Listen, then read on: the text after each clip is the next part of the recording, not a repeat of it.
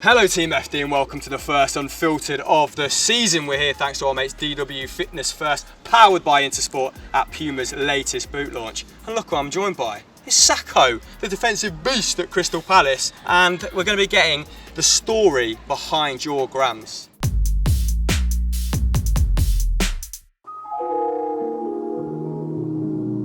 Okay, that's what Unfiltered is all about. I want you to give us some context, I want you to give us the backstory. How does that sound? Okay, no problem. Yeah, I mean, if this episode's as good as your trousers, then we're absolutely flying, mate. First question I've got for you, and it's this photo, and it's to celebrate your 100th Premier League appearance.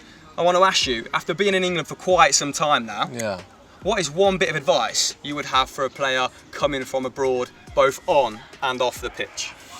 For me, when I first came here, I come from Paris. So for me, England was the best league, for me, and I really appreciate to come in this country and play for Liverpool.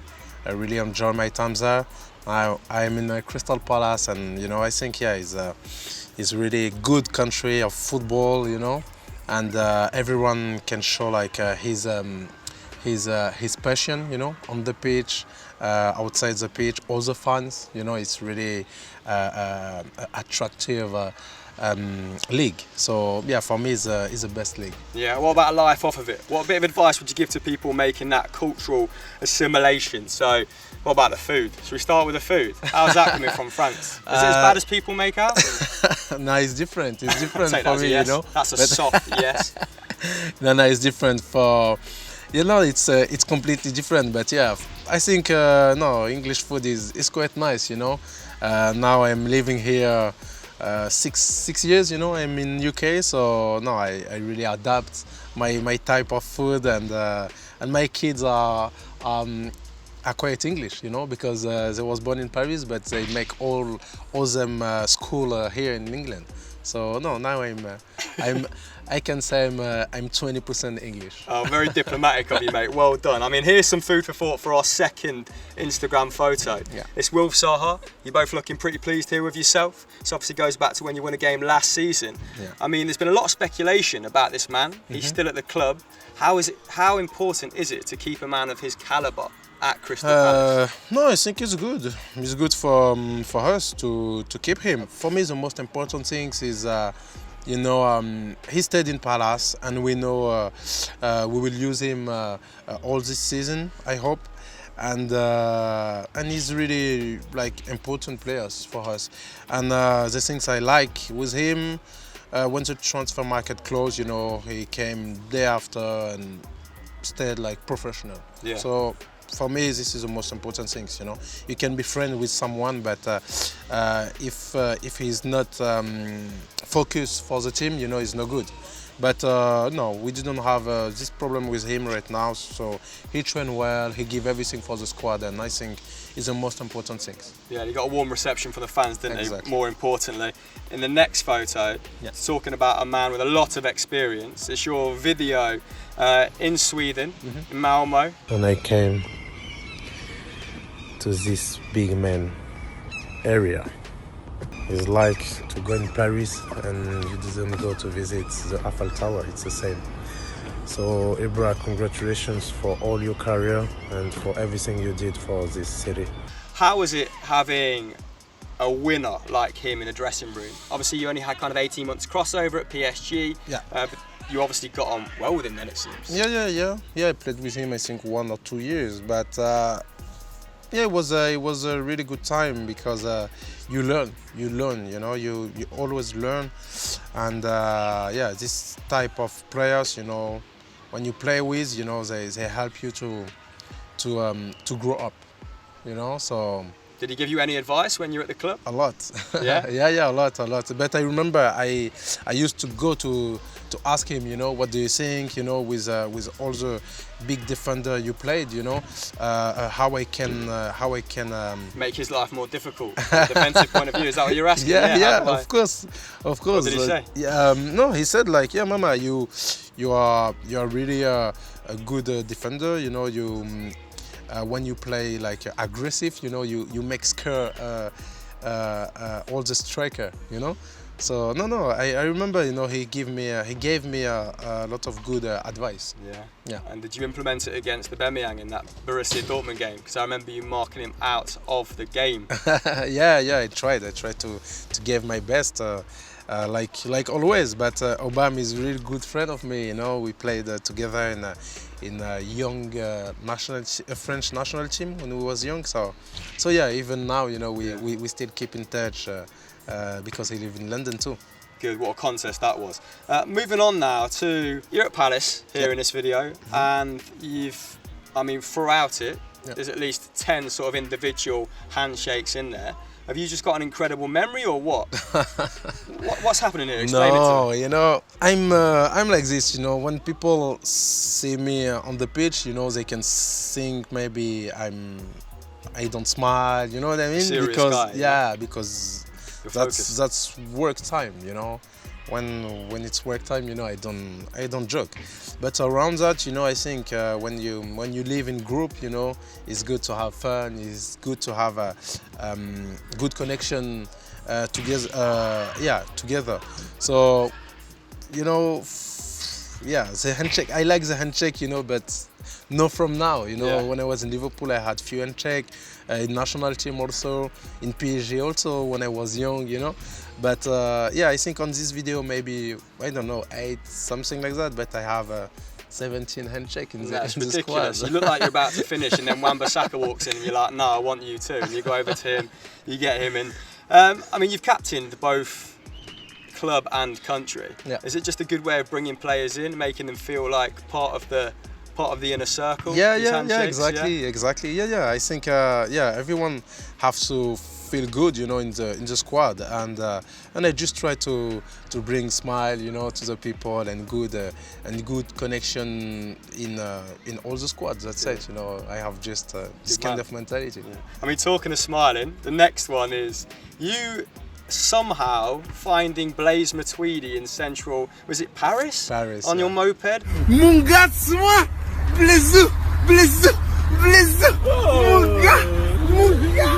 So one, I mean, so many questions, but one, where were you going? And two, did you know he was going to be there? No, I swear. It was it was a crazy video, because I remember because in Paris you have some motor taxi, you know, so taxi moto, and because you have lots of traffic, you know, around 4 o'clock until 6, 7, so I always book a taxi bike. So it's why, you know, I was sitting at the back of the taxi, and I was going to do one meeting, you know, and I just turned my head and I saw Blaise. So I asked the guy to come back.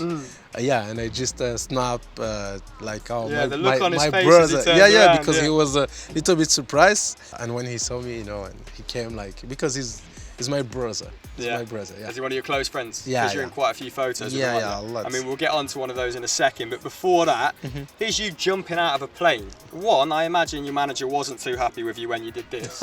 And two, is it scarier jumping out of a plane or defending against Manchester City? Really? I'm not scared about Manchester City, and I'm not scared to jump to. So neither? Done. No, I'm Fearless. not scared. I love it. So no, it was really good moment, you know. It was my wife's birthday at this time, so yeah, I make her this gift, you know, because I think it's crazy things, and you never forget about. And I wanted to do it in Dubai, because I think when you are in the sky is maybe the best view in the world. So yeah, it was great time, and I really enjoyed it. I hope she enjoyed it, if it was a present for her. Let's revisit another one of your former clubs. So Liverpool, here you are pictured with Jurgen Klopp. Yeah. You obviously enjoyed a very kind of successful spell, you know, injury permitting under him and Brendan Rodgers. Yeah. What was Klopp like then as a manager? Was he a manager you responded well to? Yeah. Really close to his team, really close to the players, and his type of playing, you know, it's really good too, you know. I really like it. So yeah, it was a good season. The fast-paced, aggressive football. Here's one man that, you know, maybe isn't so aggressive in Coutinho. You pictured with him here. how was it kind of having someone like him in the squad, and what do you make of his move to Bayern Munich? Yeah, I think it was the same situation maybe than Neymar. You know, he wasn't too happy in Barcelona, and he decided to move. And I think, you know, for me, life is simple. You know, if you don't have the same visions as someone or than one squad, you know, you just sit around the table, find the best decision for everybody, and everyone can be happy. You obviously moved from PSG, which is obviously difficult for you because you captained the club when you were younger. Yeah. Difficult, no? Why difficult? Oh, okay. Well, I was going to say, does it get progressively more easy? You've kind of left your boyhood club. No, is moving after that just part of the profession? No, for me, you know, when you just you know, every year is different, you know, and I wanted to discover a new league, you know. Now I improve my English, you know. My kids are talking English. I can show them a new culture, you know. So no, for me, I did what I had to do in PSG, you know. Now it's you know. It was just a new page for me, so no, it wasn't hard. Nothing is hard in life, you know. You just have to work hard, and you know, everything it's new page. So, you know, you just decide, you just make few decisions, and you look forward. That's it. Nice, philosophical. I like it. Let's fast forward to this image of you with Cafu, because I want to ask you. Obviously, a legend of the game goes without saying at this point. I want to ask you, who was your hero growing up? When I was young, I would say. I didn't have any hero. Only my dad. Only my dad, but you know, I lost him when I was 13. And after, when I started football, the one I liked, I really liked, it was Drogba. Yeah. Not because he was playing in Marseille. I was playing it for PSG. So. Well, did you start out as a striker when you were younger? I read. Or is that a myth? Left. Oh, yeah, nice. Okay. Yeah, left side. And. But no, Drogba, because of his story. Yeah. Because of you know, he never gave up, and he worked really hard. He started, I think, in professional at 34 years old, something like that. So yeah, I really like Drogba for his fighting spirit. Okay, penultimate picture then. This is the last but one. So it's you with Balotelli and Kolo Touré, two big characters. Who are some other, maybe people we don't suspect. Who are some other, you know, really prominent voices in the changing rooms you've been in? Who have you enjoyed sharing a changing room with, from a personal level? Oh, difficult question, but I really liked Franck Ribéry. Yeah. When he was in national team. Yeah, he's funny guy. He's funny guy, you know. So Franck Ribéry was, you know. It was really good to share a dressing room. Did he just have the same sense of humour as you? Or yeah, has he exactly. seen the videos of David Alaba? Yeah, it's crazy. Yeah, I've gone to Fiorentina now. Hopefully you can make a good fist of it there. So, last set of pictures is you, and it's a recurring theme on your timeline. We've got you here with a koala bear around your neck. And we've got you with what, a baby kangaroo wrapped up there? You're like the French Ace Ventura pet detective. Yeah. So, I mean, can you explain these? Is there a love for animals? Is there?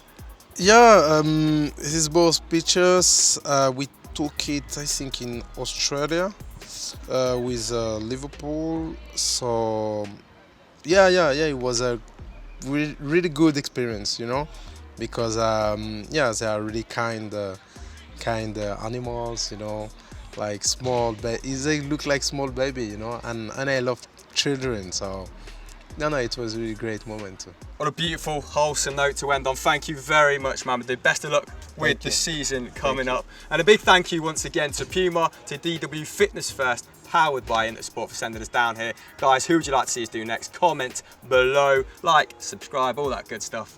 We'll catch you next time.